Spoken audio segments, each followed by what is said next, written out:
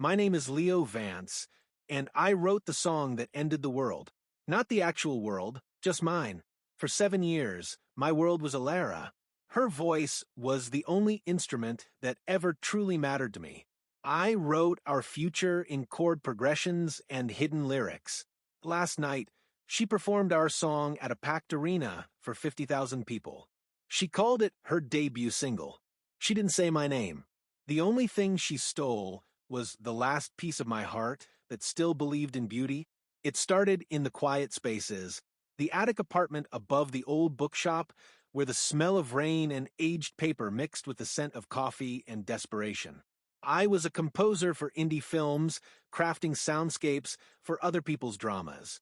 She was a waitress with a voice that could make angels weep, singing covers in a downtown bar for tips and ignored applause. I heard her one Soak Tuesday night. She was singing a well-worn folk song, but in her mouth, it became a confession. I introduced myself afterwards, my hands clumsy around a beer bottle. "You're phrasing on the bridge," I stammered. It's like you're turning the melody inside out to show the seams." She looked at me, really looked past the shyness. "No one ever hears the seams," she said. I started writing for her. Not just songs, but worlds. A trilogy of EPs tracing a character's journey from loss to redemption. Whisper Atlas, I called it. The music was intricate, layered, full of musical cryptography, where the cello line echoed the melody from 3 tracks prior, where the time signature shift mirrored the character's fracture. The lyrics were dense, poetic maps of my own guarded soul. She was the only cartographer who could read them. We were a perfect, private universe. Her voice was the color. My composition was the canvas. For years, we were us against the inertia of the world. I taught her music theory on my worn-out keyboard. She taught me how to breathe between notes. I sold a few scores to buy her a decent microphone. She cooked pasta on a hot plate and talked about stars. We were poor, happy, and whole. The songs were our children, and the attic was our kingdom. The change was gradual, a slow transposition from a major to a minor key. She started staying out later after her gigs. Networking, she said. Her phone, once left casually on the couch, now buzzed face down. She began critiquing the complexity of my new arrangements. It needs to be more accessible, Leo. People want a hook, not a puzzle. The word people felt like a foreign invader in our private language. Then came Mason Reed, a sleek A&R man from a boutique label who discovered her at the bar. He wore confidence like a tailored suit and spoke in a language of algorithms and market trends. He started showing up at our attic, a splash of cologne in our world of dust and dreams. He'd listen to a demo and say, "The chorus is gold, but the verse is too literate." He looked at me as if literate was a disease. The final demo was the crown jewel of Whisper Atlas, a song called Gravity of Silence. It was my masterpiece, a minimalist piano loop under a soaring, heartbreaking melody about holding the space where a sound used to be. It was us. I finished it at 4 a.m., Elara sleeping on the couch, and I knew it was the key that would unlock everything for her. I played it for her the next evening. She cried. She held me and said, "It's the most beautiful thing I've ever heard." A week later, she played it for Mason. He called it a visceral, emotional gut punch. He saw a viral moment. He wanted to rush it out as a standalone single to strike while the iron is hot. He proposed a deal. He would fund a professional studio session, top-tier producers, a music video. But the contract was for her alone. "It simplifies the royalties," he said, smiling at me with all the warmth of a spreadsheet. "Leo can be your hired gun for the session. A work-for-hire agreement." I refused. The song wasn't a product. It was a vital organ. Elara pleaded, "This is our chance, Leo. My chance. Once I'm established, we can do the whole Atlas project. We just need a foot in the door." The fight was quiet, desperate. I relented. For her. Always for her. I signed the work-for-hire paper, selling my masterpiece for session fees that wouldn't cover a month's rent. I convinced myself I was being the supportive partner, the architect stepping back, so the star could shine. The studio session was a form of exquisite torture. hearing my bones and blood being auto-tuned, compressed, and packaged. Mason directed, cutting the second verse for being too downbeat, adding a synthetic drum pulse for energy. My composition was being turned into a product, and I was a consultant in its own murder. Elara took direction from him with an eager light in her eyes I hadn't seen in months. Last night was the release. She performed it on The Tonight Show. She sat on a stool in a spotlight, looking ethereal and alone. The host called her the stunning, soulful new voice you need to know. She sang Gravity of Silence. They'd change the title. Just Gravity. They'd change the lyrics, too. My dense poetry was sanded down to vague, marketable platitudes about weight and strength. The haunting, minimalist piano was buried under layers of strings and synth pads. It was a ghost of my song wearing her face. But the melody, the core melody was mine. It soared through the television speakers and pierced me through the heart. She performed it with a raw emotion that felt like a mockery. She was feeling the triumph of her launch. I was hearing the soundtrack of my obliteration. The performance ended. The host asked, "Where did such a powerful song come from?" She smiled, a tear artistically glistening. "It just came to me," she said, her voice a trembling whisper. In a quiet moment, it felt like the universe handing me a truth. The studio audience sighed. I sat on our thrift store couch in the attic kingdom we'd built and watched the universe hand her my truth, wrapped in a lie. The rage didn't come as fire. It came as a profound, absolute cold, a silence deeper than the one in the song. She hadn't just taken my work. She had taken the shared language of our love, the secret map of my soul, and she had performed it as a solo.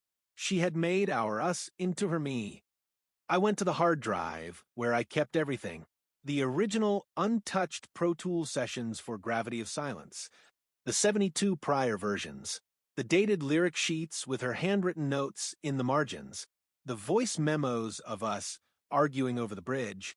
The complete, fully scored demos for the entire Whisper Atlas trilogy, which she had never heard. She wanted a solo career built on a duet she'd erased. She wanted to be an icon of raw emotion, using manufactured feelings. She thought I was just the quiet composer, heartbroken and left behind. She is about to learn the difference between writing a hit song and orchestrating a downfall. I will not confront her. I will not sue her. I will compose her ruin. Note by perfect, devastating note. She turned our harmony into a solo. I will turn her triumph into a eulogy sung in the key of truth. In the music industry, the most dangerous person isn't the one shouting from the rooftops, it's the one who controls the stems in the studio. My revenge would not be a loud, public scandal.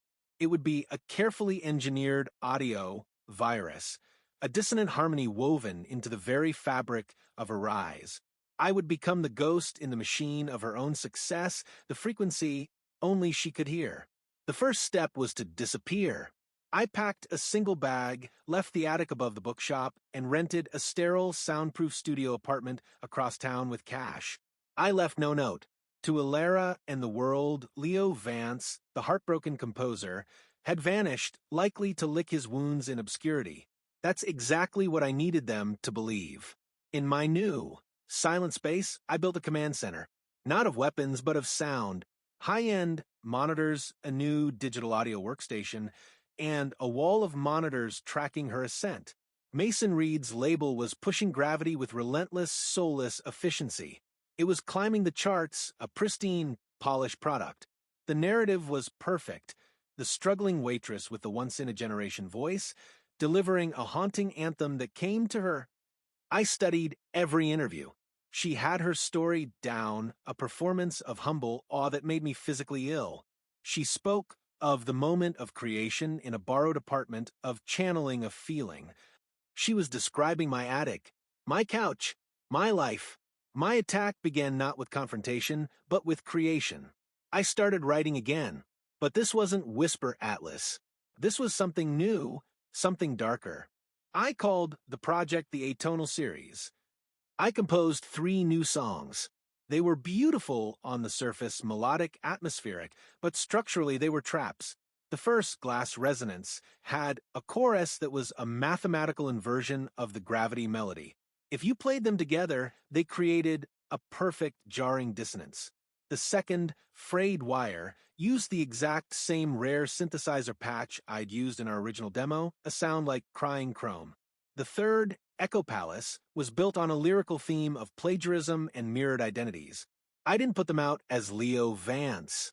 I created a shadowy online persona, Composer K.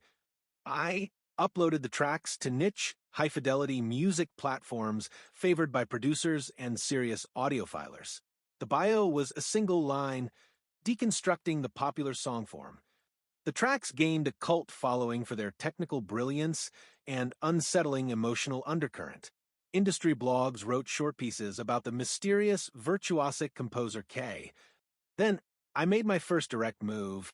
Using an encrypted service, I sent an email to a famously purist, controversial music critic Ian Croft. The email contained 2 audio files.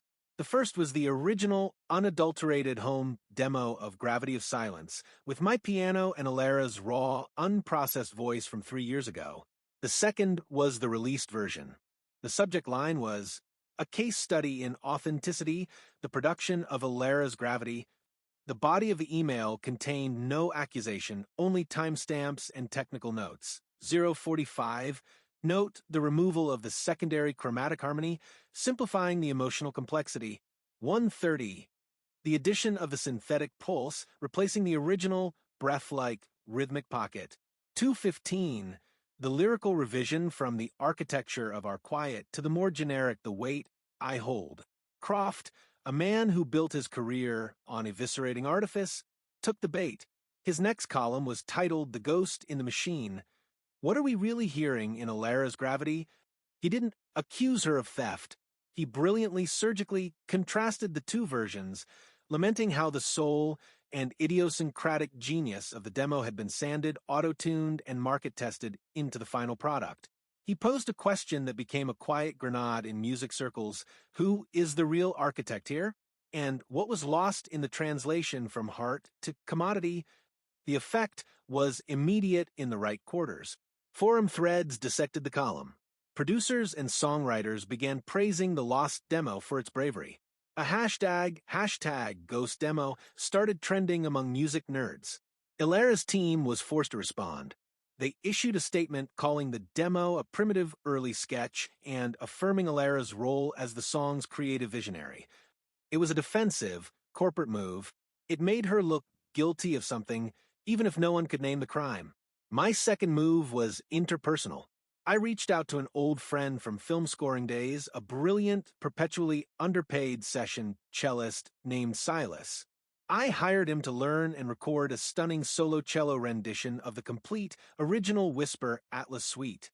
I paid him generously from the last of my savings. We recorded it in a pristine studio. The performance was heartbreaking, all the emotion stripped of vocals and laid bare in the strings. I released it under Silas's name as Silas Presents, the Atlas Variations. In the liner notes, he credited the music simply, composed by LV. It was a seed, a piece of the true map released into the world. Music supervisors for dark, emotional indie films took notice. A track was licensed for a pivotal scene in a prestigious drama.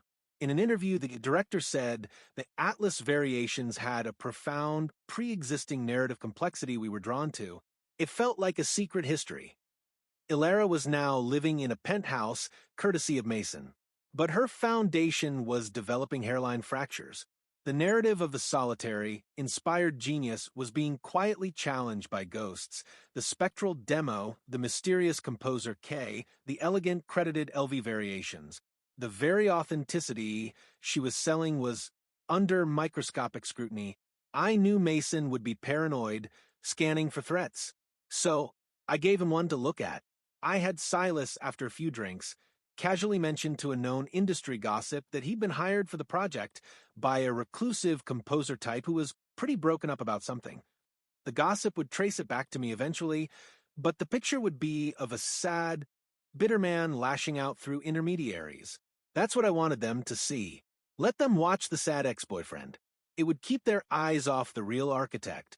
I am no longer the composer she left behind.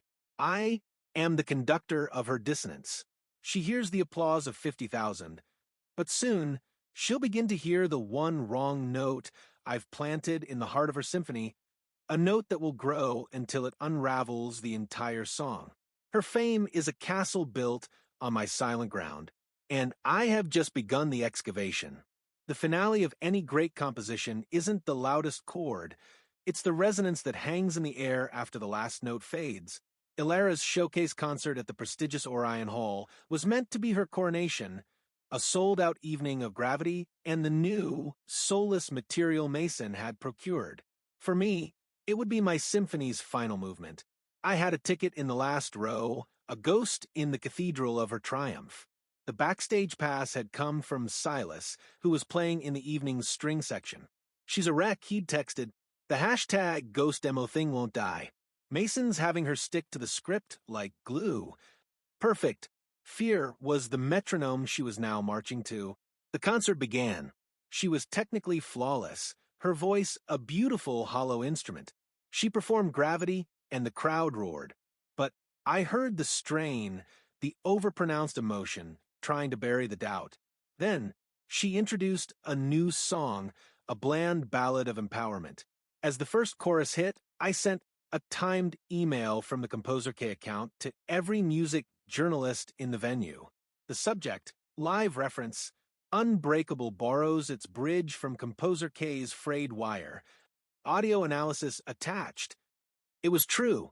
Mason, in his desperate rush for follow-up material, had inadvertently used a track from one of the Atonal series demos I'd seeded online, not knowing Composer K was me. The attached file was a devastating side-by-side audio comparison. I saw phones light up in the press section, heads tilted, listening to earpieces. A low, confused murmur started to ripple through the industry-heavy crowd. Then, for her final encore, Elara sat at the piano. A hush fell. "This is a song I've never performed live," she said, her voice trembling. "It's the purest thing I've ever written. Just me and the keys." She began to play. It was glass resonance, my trap, the one with the mathematically inverted gravity chorus. She was trying to reclaim her narrative of raw solo genius by performing Composer K's work, unknowingly walking right into the center of my design. This was the moment. I had preloaded a file onto a thumb drive and given it to a stagehand with a $100 bill, telling him it was a last-minute backing track from her manager. As Elara reached the pre-chorus, I sent a signal to Silas backstage. On his cue, the stagehand plugged in the drive. The haunting, original piano loop from the True Gravity of Silence demo swelled from the speakers, perfectly synchronized. Then my own voice from a years-old voice memo played over the hall's pristine system. It was a fragment she'd never heard, clear as day. "Okay, try the chorus like this, Elara. Remember, it's not about falling. It's about the silence you fall into." The recording cut. Then another. Her voice laughing, "Leo, that's genius. But what if I bend the third note? Make it ache more?" The hall was dead silent. Elara froze at the piano, her face a mask of pure, unscripted horror. The ghost in the machine had just spoken, in two voices. I stood up in a back row. I didn't shout. I simply walked down the center aisle under the house lights, a dark figure moving toward the stage. All eyes, including the spotlights, swung to me. The confusion was palpable. I took the steps to the stage slowly. The security guard moved, but Mason from the wings waved him off frantically, trying to contain a disaster he no longer understood. I walked to a secondary microphone. I looked at Elara, who looked back at me as if seeing a phantom. "Hello, Elara," I said, my voice calm, amplified through the very system that had just sold her lie. "You forgot the second verse, the one about the architecture of our quiet. It was always the most important part." I turned to the audience. "My name is Leo Vance. I am the composer." Gravity was movement one of a trilogy called Whisper Atlas, which I wrote for her for us. The demos you've heard online are mine. The Atlas variations are mine. Composer K is me. She didn't just take a song. She took a shared language and performed it as a monologue. I turned back to her, my voice dropping to a register only the mic could catch. You asked for the truth. Here it is, unmixed, uncompressed. This is the final track. I nodded to Silas in the pit. He stood, and his cello section began the opening, mournful bars of the true finale from Whisper Atlas, a piece she had never heard, a devastating elegy called The After. It was my requiem for us, composed in the cold fury of the last 6 months. It filled the hall with a complexity and raw grief her manufactured set could never touch. I left the stage, walking back up the same aisle. Behind me, the music swelled.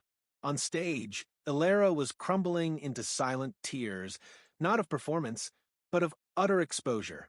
The crowd was not cheering. They were witnessing a brutal, real-time deconstruction. The aftermath was a quiet tsunami. The footage, of course, went viral. But it wasn't the scandal people craved. It was a tragic dissection. The narrative flipped completely. She was no longer the rising star, but the cautionary tale. Mason's label dropped her within a week, citing irreconcilable breaches of authenticity. The licensing deals evaporated. The hashtag Ghost Demo wasn't a mystery anymore. It was evidence. I did nothing else. I didn't give interviews. I didn't sue. I simply published the complete Whisper Atlas trilogy under my own name with a simple liner note. Composed 2018 to 2022. For E, who was the voice. From L, who was the song. It found its audience, not the pop charts, but a deeper, more enduring place. It was licensed for films, for art installations. I began to score again, my name now associated with a fierce, uncompromising integrity. I saw Elara once more by accident in a coffee shop a year later. She looked smaller, ordinary. She saw me and flinched. We didn't speak. There was nothing left to say. The silence between us was finally complete, and it was entirely of her making. She wanted to be the sole artist of a duet. So I gave her the loneliest stage in the world. My revenge wasn't in destroying her voice, but in revealing it had always been an echo. I composed the silence that followed, and in that silence, I finally heard my own music again, clear, whole, and entirely my own.